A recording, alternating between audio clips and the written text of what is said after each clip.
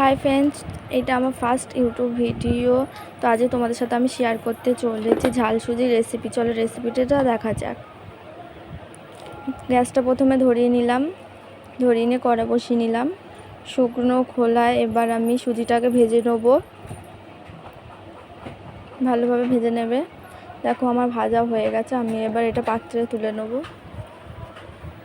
এবার একই কড়াইয়ে সাদা তেল ঢেলে একটু ঘি দেবে।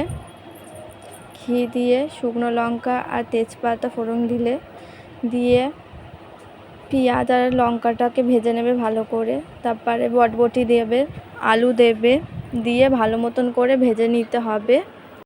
সব রকম একটু ভালো করে ভেজে নেবে। আমার দেখো ভাজা হয়ে গেছে। এবার এতে কিশমিশ দিয়ে দেবো, একটু নুন, সামান্য হলুদ দিয়ে ভালো করে মিশিয়ে সুজিগুলো দিয়ে দেবো। সুজিটা ভালো এর সাথে মিশিয়ে নিতে হবে।